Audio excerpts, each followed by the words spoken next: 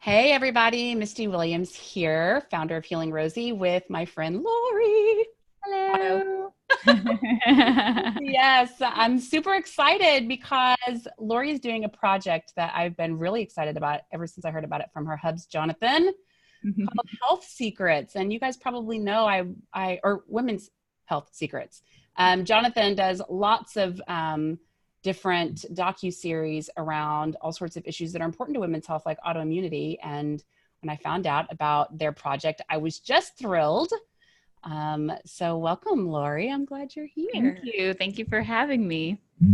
So you guys have been partners in this whole health secrets journey for a while. And I really would love for you to share a little bit about your background, because I've heard from Jonathan how much your own struggles really influenced you guys ultimately deciding that you were going to move into the space and really try to make a difference around these topics. So you dealt with a lot of infertility issues, and I understand there was some anxiety and depression stuff going on. Why don't you tell us just a little bit about your own backstory and what kind of has been the fertile soil to birth this project that you're working on?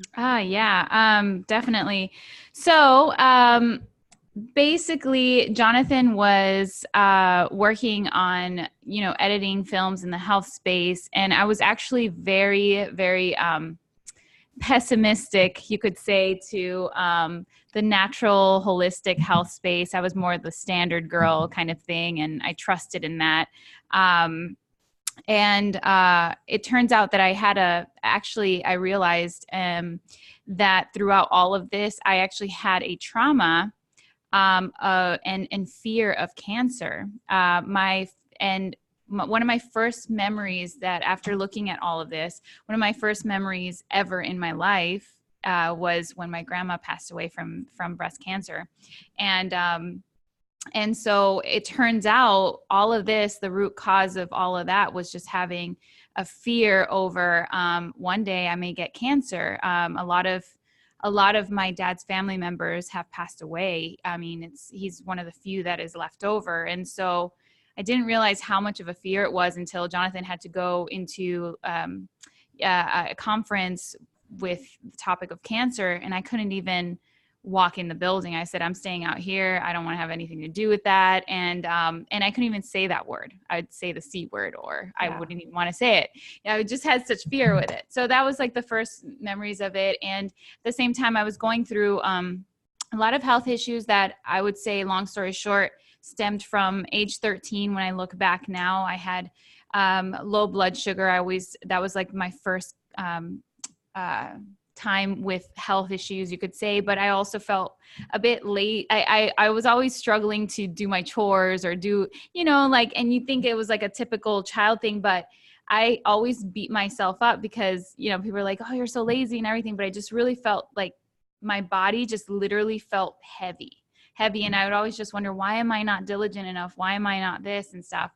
I came to find out later on. But so yeah, it came from low blood sugar, digestive issues. I had a history of respiratory issues, which was basically hay fevers, really bad hay fevers that, like, the typical standard medication wouldn't work. I had to do the nasal spray and all of that stuff. It was just like I couldn't function.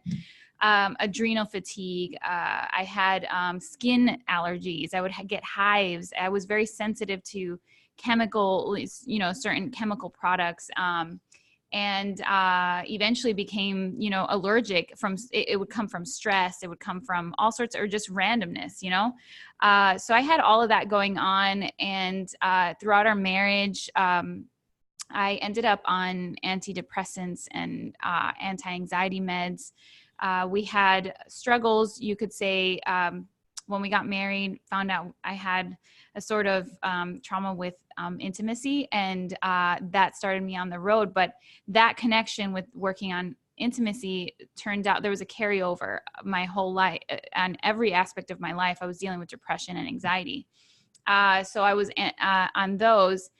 So just little by little, my body felt like it was shutting down. I got to the point where my adrenal fatigue got so bad that I would just do the dishes and I'd be out. I'd be on the couch. That's all I could do for the rest of the day.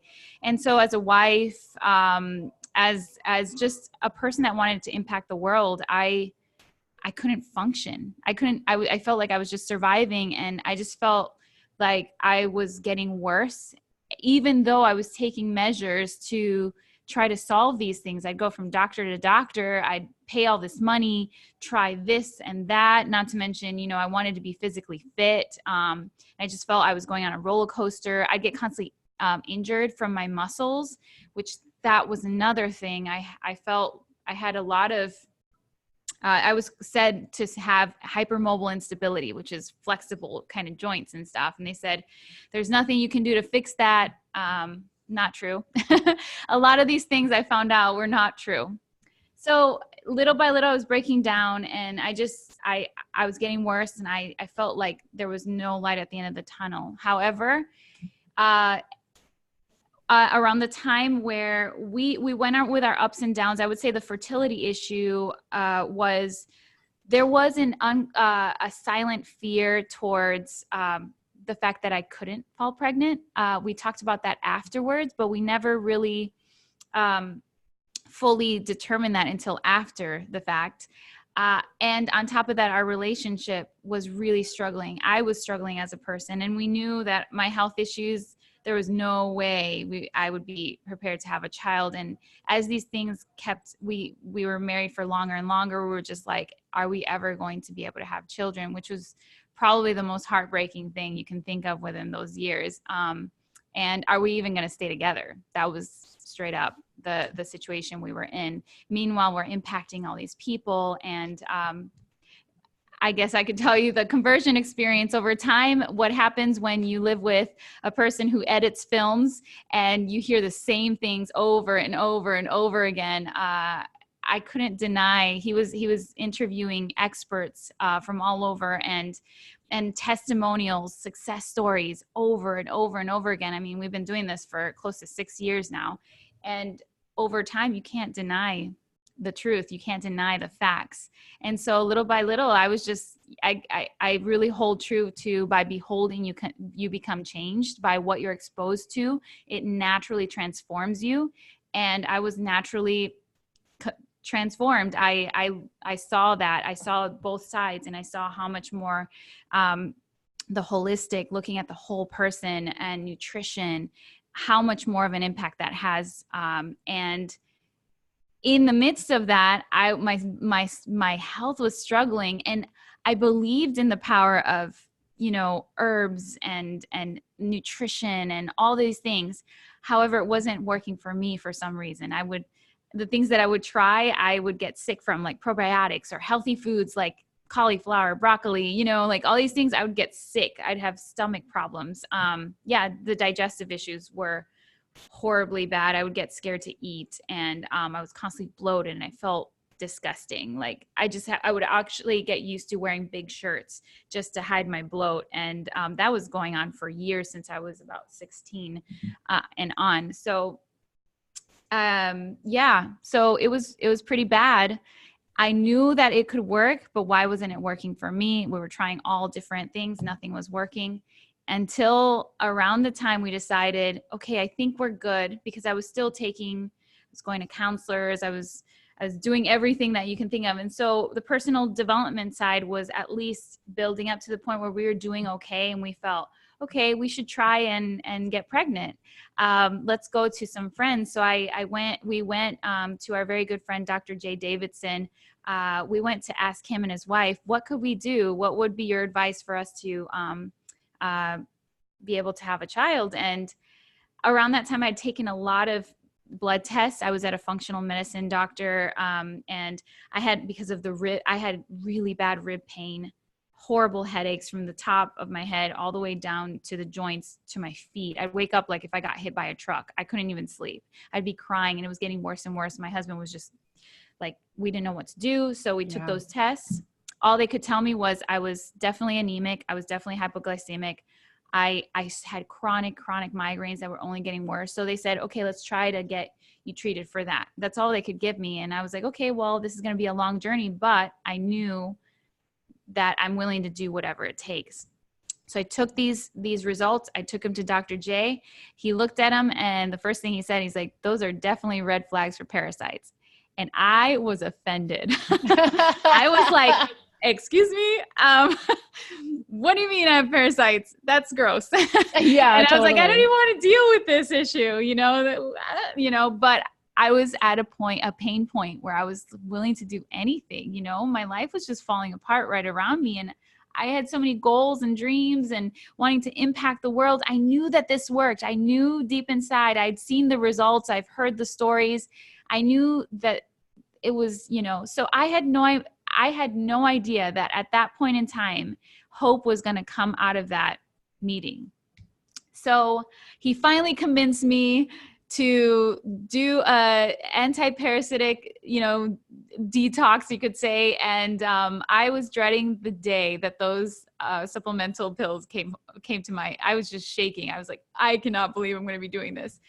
Long story short with that, I started passing parasites. The first time I remember first I was a little bit freaked out, but then I was like, I felt so good. Just even from that first time, I got into the shower and I literally felt this lightness, like this burden just lift up, like this physical burden lift up that it's like my body had it the whole time and I had no idea. Mm-hmm. And I kept, as I kept passing more and more, I literally, like, health symptoms would go away, like shedding off.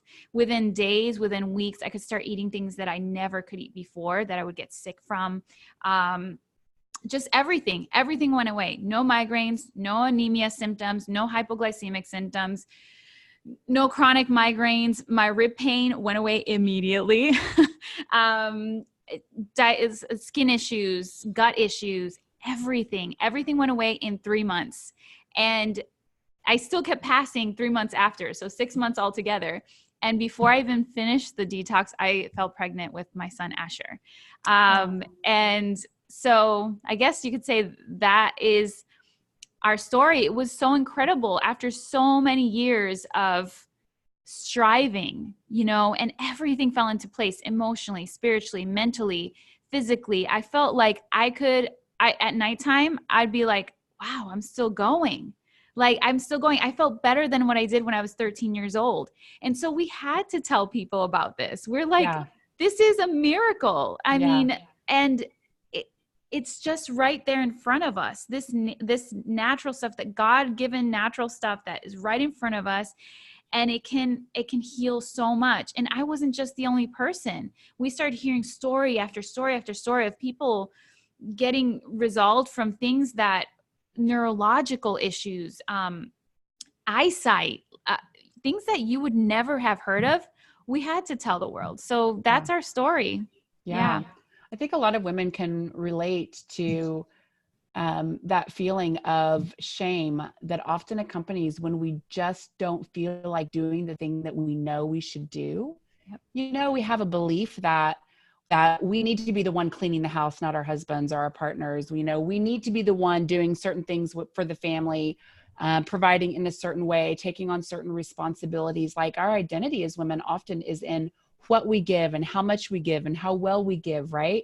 Yep. And when you're not able to do it, I've had so many women and men message me to tell me the stories of the feeling of fatigue and not having the energy, and having families that don't understand and don't support them. I had a man message me, and it could make me cry even thinking about it. He messaged me after my summit last year, and he said, I want to thank you for what you're doing, and I want to tell you about my wife. And he went into this story about his wife, who had a lot of the symptoms that you were describing, where she started this downhill deterioration where she didn't have energy anymore, and she tried to do things and she couldn't perform at the same level. And he said he had so much shame as a man now because he ended up losing her, and it sent him on this quest where he started wanting to find answers for why he lost his wife. She was with the conventional doctor. The doctors medicated her, but they really didn't give her a path to healing.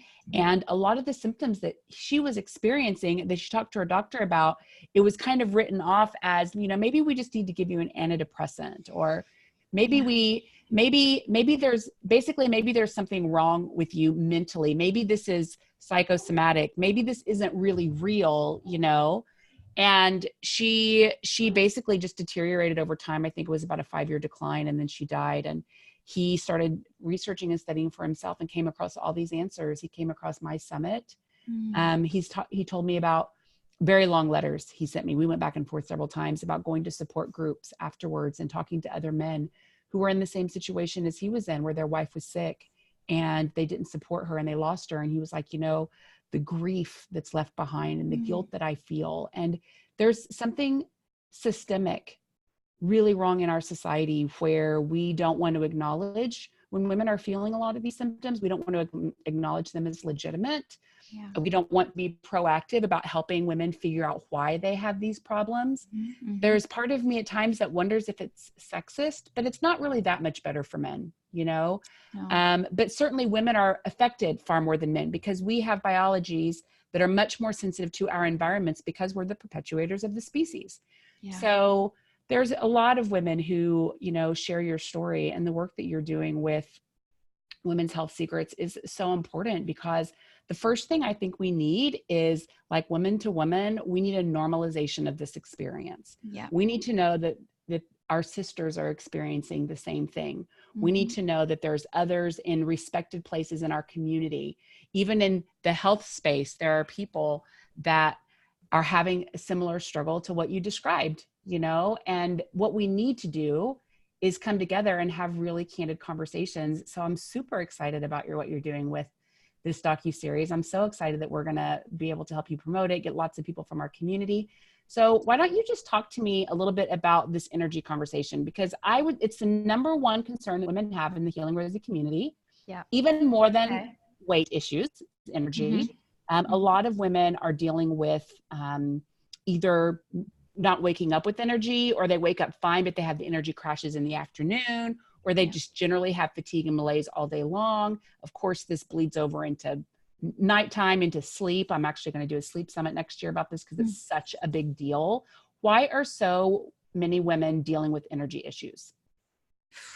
I mean, energy is one of the first things that are impacted when you have health issues, when your body, and I would say health issues, disease, you've heard of dis-ease. It's just when the body is crying out for lack of something, or, which leads to inflammatory responses.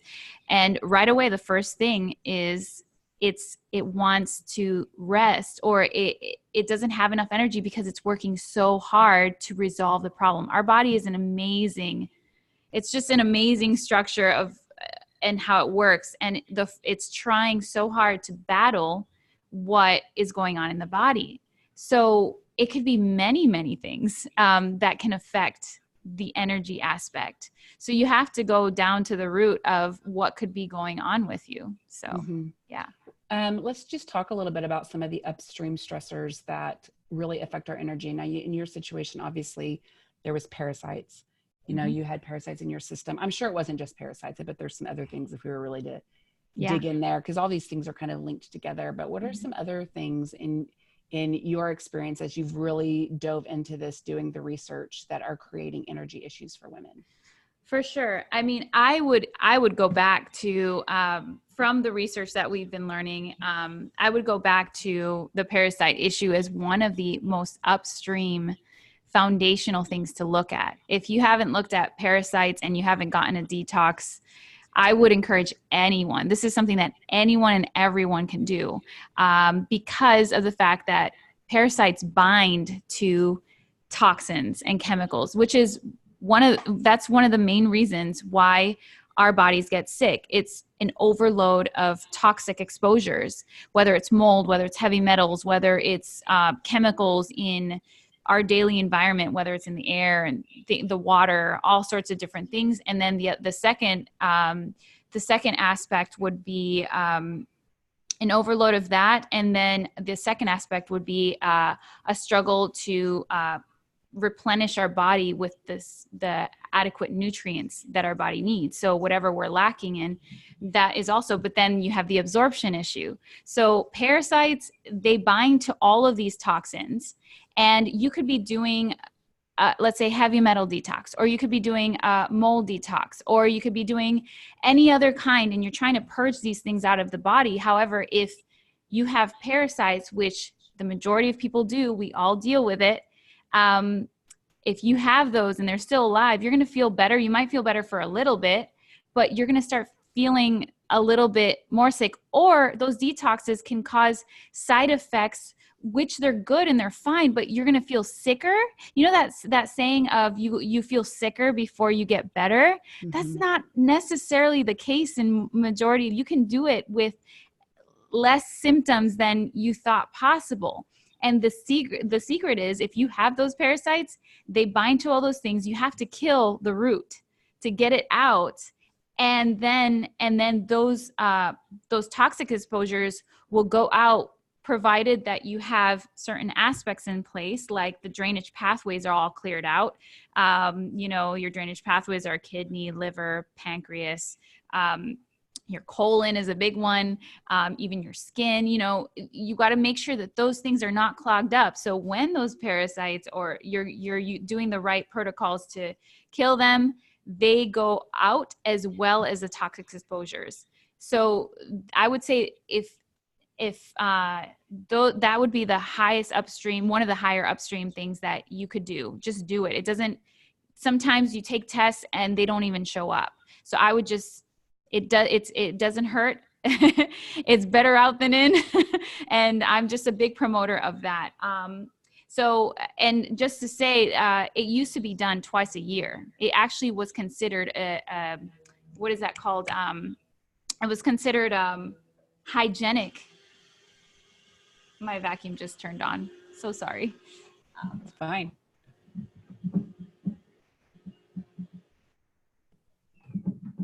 So she's saying it used to be hygienic, done twice a year in lots of cultures. And that actually is really common. A lot of them more, and we see this in indigenous cultures. And my cousins are Jewish, and it's actually a part of their culture to do, a couple of times a year to do different things like that. And actually in the Jewish tradition, there's a restricted foods list in large part because of parasites, because it's something that they're really concerned about. So I hear the song of spoonful of sugar makes the medicine go down. That's actually talking about an anti-parasite. They would give it to children. It was turpentine, I believe, and it tastes so gross that they would put a spoonful of sugar with it so that they would be able to take it. That's what that's talking about. Even Mary Poppins wants you to do a parasite there cleanse. You go. So that's exactly. So it used to be so part of culture. Now they've limited to the third world countries. Like if you've just gone to third world countries, no, that's not true. It's in our air. There's cysts in our air. It's kind of gross, but it's true. You breathe it in. We're exposed to it whether we like it or not. We're going to be exposed to it. However, if you haven't been maintaining for it at least once a year, maybe twice a year, you're going to have it, period. Yeah. So it's good to take care of that. Yeah. So I would say that would be the first thing. I mean, like I said, there's toxic exposures. What are we putting on our bodies? What are we putting on our skin? Researching, how can I go non-toxic? When I started, the first thing that I learned about all of that was my deodorant, and how close that is to my lymphatic system there, right? And the connection it has carcinogenic ingredients. It has hormone altering ingredients. It has much heavy metals, petroleum. Right. That's stuff we're putting on our bodies, right? Terrible. And so that's the first thing. Then I started thinking, well, what am I breathing? What am I drinking? Our skin is like our largest organ. So what are we putting on that is affecting all of that stuff? And then of course, anything processed or synthetic, if it doesn't come from nature first, the body doesn't recognize it. And it has a hard time breaking it down and using it as nutrients. So what it does is it's like, I don't know what to do with this thing. And in order to protect our bodies from going into the bloodstream and affecting it, it gets placed in our fat. increasing our, our adipose fat, and, around our organs. It starts protecting and putting it in our fat. It also causes inflammatory responses. It goes through our blood-brain barrier. It gets stuck in our brain. So there goes depression, anxiety, struggles to be able to adapt to normal stresses in life. And there goes energy that's affected right away. When we feel depressed and anxious, that's going to take a lot of our energy as well. And so we're going to feel tired for that. So, we're also going to struggle with sleep, when we have those issues. So I would say, like, those are the biggest factors that would lead to energy issues. It's about finding those underlying causes. And I would just start there. I mean, honestly. That's awesome. Why don't you tell us a little bit about Women's Health Secrets? I believe it's launching, is it next week? Coming up pretty quick? It's coming soon. Are you sleeping? No, doing my best. Here, let me turn on the light real quick. So I was actually fortunate, you guys, to be interviewed a few months ago for Women's Health Secrets. Yes. And I feel really inspired by the lineup that you've pulled together and the people that you're bringing together to really support us as women in learning how to really optimize our health. So, No, I'm so happy. And it was an honor to have you on there. You just add so much to what we women go through. And, I really admire what you're doing and the community that you've built to become advocates of our own health. That is just so powerful. And that's one of the main things that we're doing our best to send that message across. We need to be advocates to our bodies, our health, and we need to educate ourselves in order to be the best advocate that we can be. And as women, maybe that might not be the most motivational thing that you can say, but as women, we want to be good wives, we want to be good mothers, we want to be good grandmothers, or just want to impact the world just like I wanted to. And if we don't have the energy or the health to do it, it's going to impact us. If we want to have the energy that we want to get, if we want, there's so many reasons. And so we need to be educated. Not one person alone will tell you everything that you need to know. And at the same time, I always say that we're like fingerprints. That's why we are the only ones that have that unique fingerprint that's unique to us in the entire universe, right? So that means that we are the only person like ourselves in the entire universe. We are an endangered species, you could say, if we are not taking care of our bodies, which means that we also have a unique purpose in this world.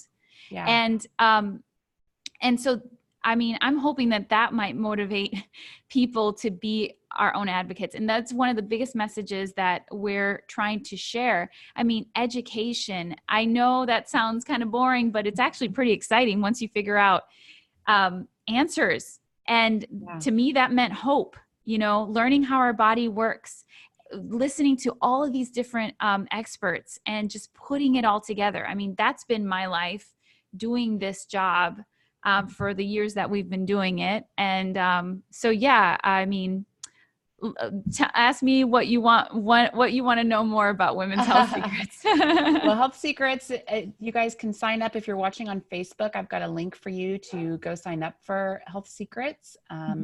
And I believe you're releasing videos every day for a week. Is that right? Yes. Okay. So we're working on anything women's health, especially dealing with autoimmune conditions, breast cancer. We're dealing with the mind, depression, anxiety. We're going to be dealing with just those fertility. Also things like endometriosis, polycystic ovarian syndrome, our continued education on what in the world is hormone imbalances. We say it a lot, but do we really know what those are? It's going to go deep into learning about all those things and hearing so many success stories. There's just a lot of different aspects. You can actually go on the website and see in detail what each episode is going to be talking about and what are all the experts that are going to be on there. Yeah, and so what we're going to do is November 25th is the day that we are going to launch it. The first episode goes live on that day, and you have 24 hours to watch it. And then the next day will be the next episode. And basically, if you put in your email, we're going to be alerting you when the next one opens up. And so you'll be able to see the whole entire series for that time, episode per episode. So. That's awesome. Well, I Mhm. hope all of you will take advantage of the opportunity to learn from the unbelievable work that Lori has been doing around women's health. And if you are watching on YouTube, you'll see a link to go sign up in the description. And we're going to start posting these videos on Instagram. So if you're watching on Instagram, just go check the link in the bio, and you'll see where you can sign up to take advantage of this unbelievable docuseries that Lori has put together. So Lori, thank you so much for coming on today and sharing with us. Oh, thank you for having me. All right. We'll see you guys soon. All right. See ya. Bye.